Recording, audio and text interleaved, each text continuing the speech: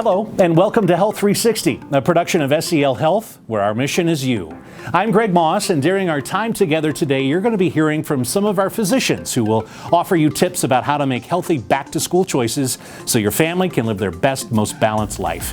Our topics today include an update about COVID-19. This from our Chief Clinical Officer, Dr. J.P. Vallon. He's going to be talking about how the latest variants could impact the upcoming school year. We'll also be joined by Dr. Stephanie Thomas. She's a primary care physician at one of our SEL Health clinics. She'll be talking about vaccinations and steps that you can take to keep your kids as healthy as possible this year. And then we're going to round out today's program with tips about how to ensure your children have a happy school year. This from Meredith Ulan. She's a licensed clinical social worker at SEL Health West Pines. We begin with Dr. Vallon. It's no secret that the number of diagnosed COVID-19 cases is on the rise once again, and there is a lot of concern about the Delta variant and what all of this means as we head into the fall season. Dr. Vallon is the Chief Clinical Officer at SEL Health, and he is joining us now. Dr. Vallon, what's the current state related to COVID-19 cases? Yeah, we are seeing more cases of COVID across all of our regions, including the Front Range of Colorado. In the Front Range, it's primarily the Delta variant. We think that almost every case is the Delta variant. The numbers of cases we're seeing are not anywhere near where we were a year ago at our peak, nor really where we were in May, although we are seeing an increased number of cases. We are seeing patients hospitalized. It's predominantly patients who have not been vaccinated. So individuals who've not been vaccinated typically are the ones who are having the more severe disease, more severe conditions, and are being hospitalized, and some of them ending up on ventilators.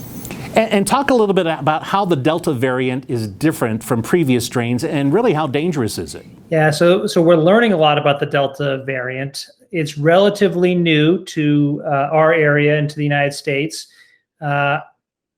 Emerged here in early April, first recognized in early April, and then has been the predominant strain since June. A couple of things we know about the Delta variant. Number one, it is much more highly transmissible. It tends to cause people who are infected to have higher amounts of virus in their nose, and because of that, they can more easily transmit the virus to others. The other thing we know about the Delta variant is it can infect not only people who are unvaccinated, but it can infect people who are vaccinated, and it can infect people who have had prior COVID.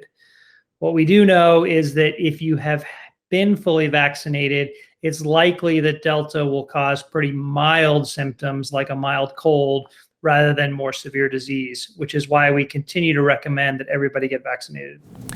What is the most important thing parents should know about the pandemic right now as we head into the school year?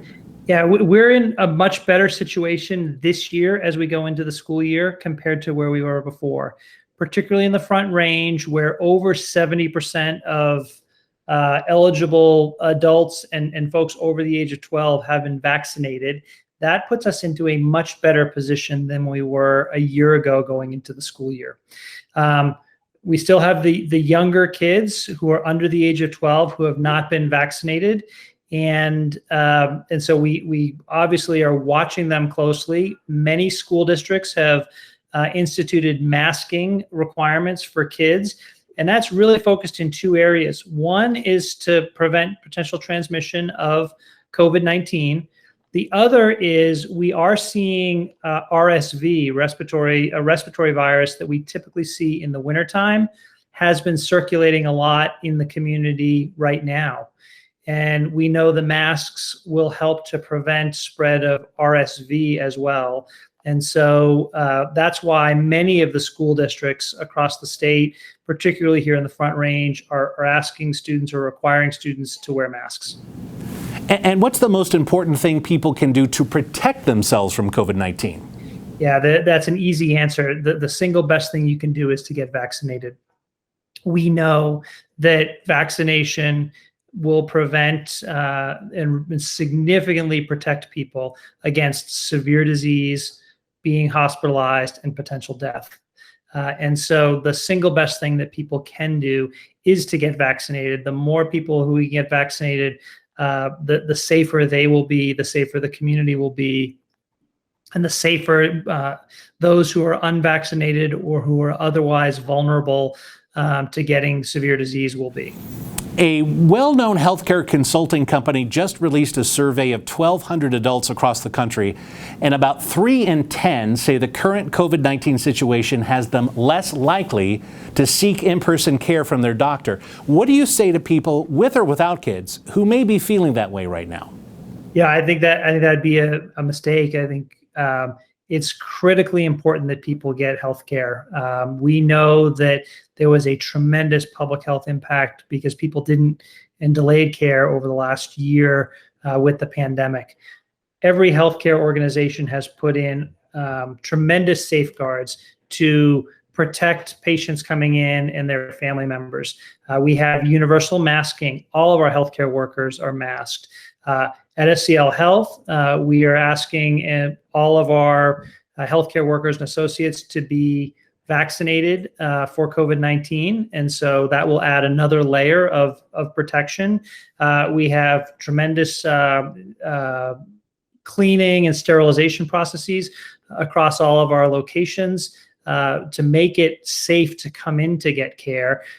Frankly, it is much more risky to delay care and have something be missed than it is to come in to get care. And I think it's important to point out, Dr. Vallon, SEL Health does offer lots of options to see your physician without having to be there in person. Talk a little bit about that. Absolutely. We have tremendous availability with digital and online virtual visits that can be easily scheduled. And if you are uncertain, you can have a conversation with a provider about what's going on and make the best decision for you about what the next steps are. Dr. J.P. Vallon, thank you. Thank you. While there's a lot of focus on the COVID-19 vaccines, there is still a need to ensure routine vaccinations aren't missed.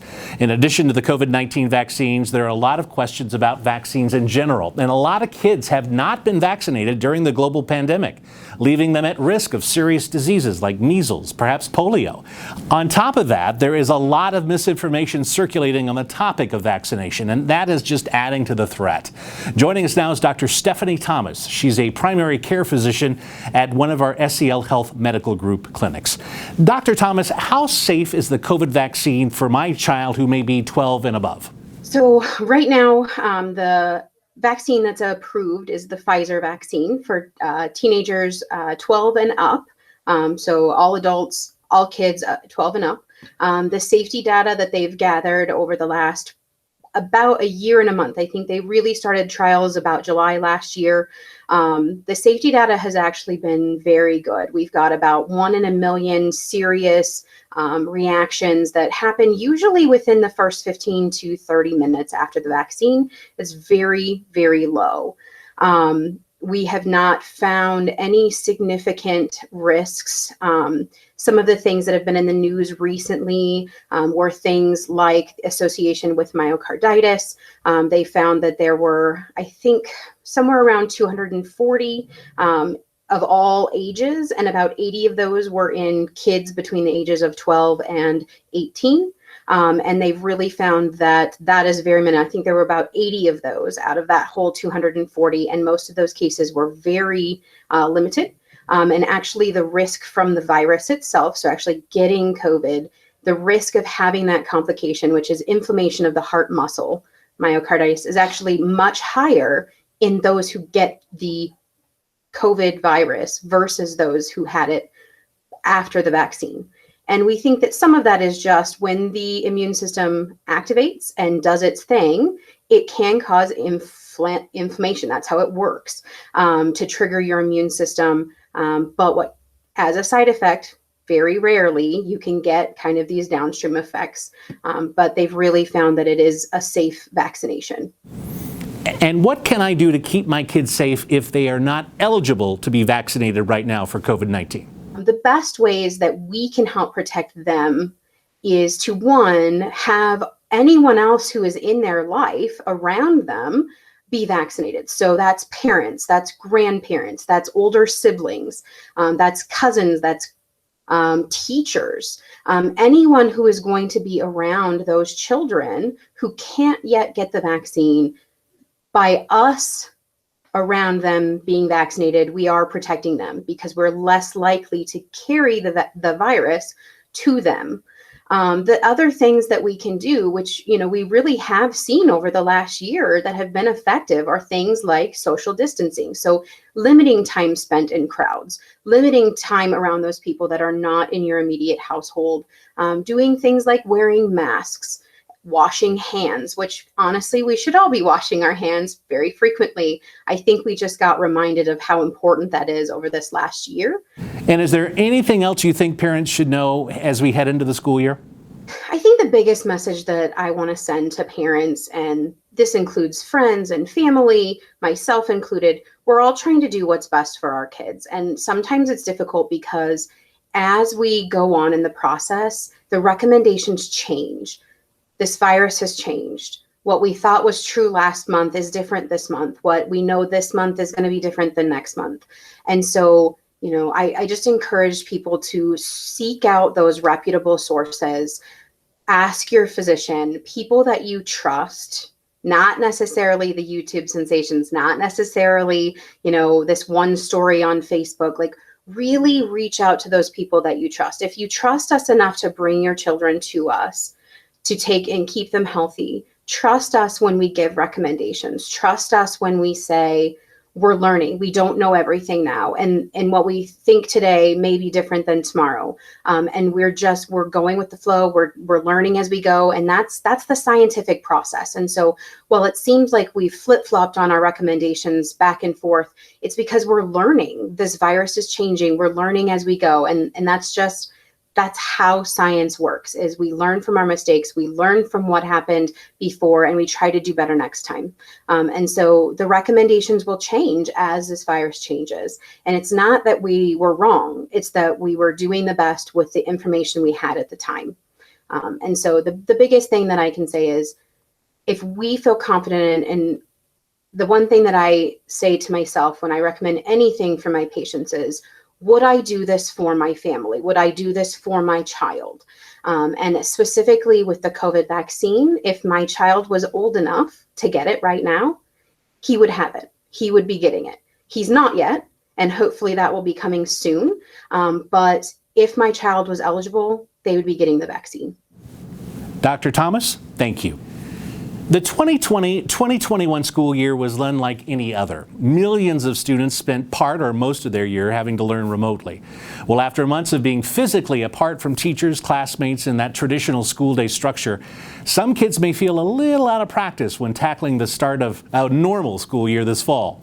Joining us now to talk more about this is Meredith Ulan. She's a therapist and manager of assessment and referral at SEL Health West Pines.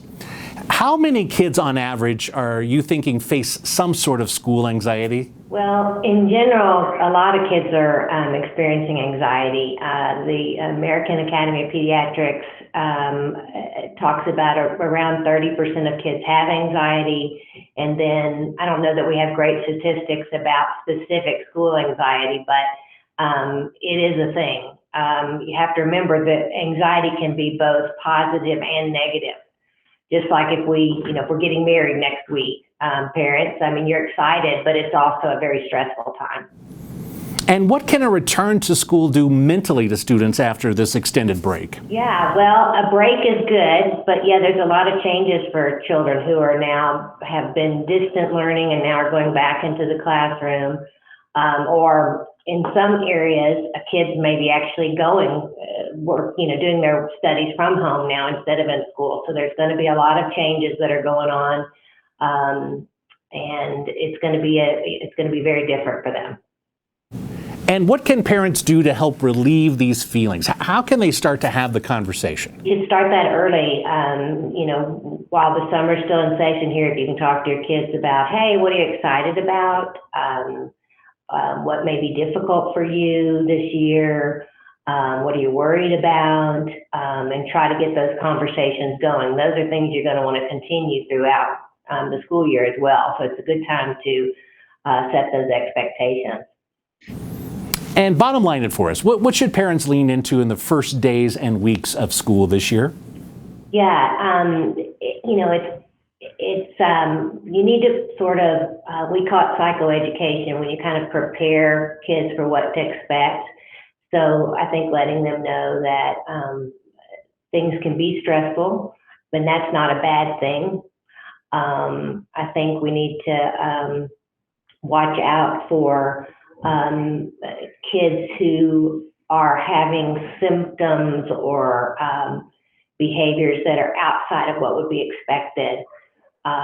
So, you'd expect the kid to be a little anxious about going to school, but if they're breaking down and crying, refusing to get out of bed, reporting stomach aches or headaches, two of the most common symptoms we see in kids who are worried about things. I mean, think about that yourself. When you're worried about something, your stomach often gets upset, like when you're traveling. So it can be a positive travel experience, but it's still very stressful. But if you see kids out of the ordinary or complaining, not wanting to go to school, changing their eating behaviors, either not eating, overeating, you have to really watch out for eating behaviors and things that could change. Anything abnormal with your child, that it's important to maybe talk to your pediatrician or to seek out a mental health professional. Meredith Ueland, thank you. And thank you for joining us for this edition of Health 360. Our goal here is to empower you to make healthy choices and live your best, most balanced life. Don't forget to sign up for our Health 360 newsletter and blog by visiting sclhealth.org. And please feel free to share this webinar with your family and friends. Remember, at SCL Health, our mission is you.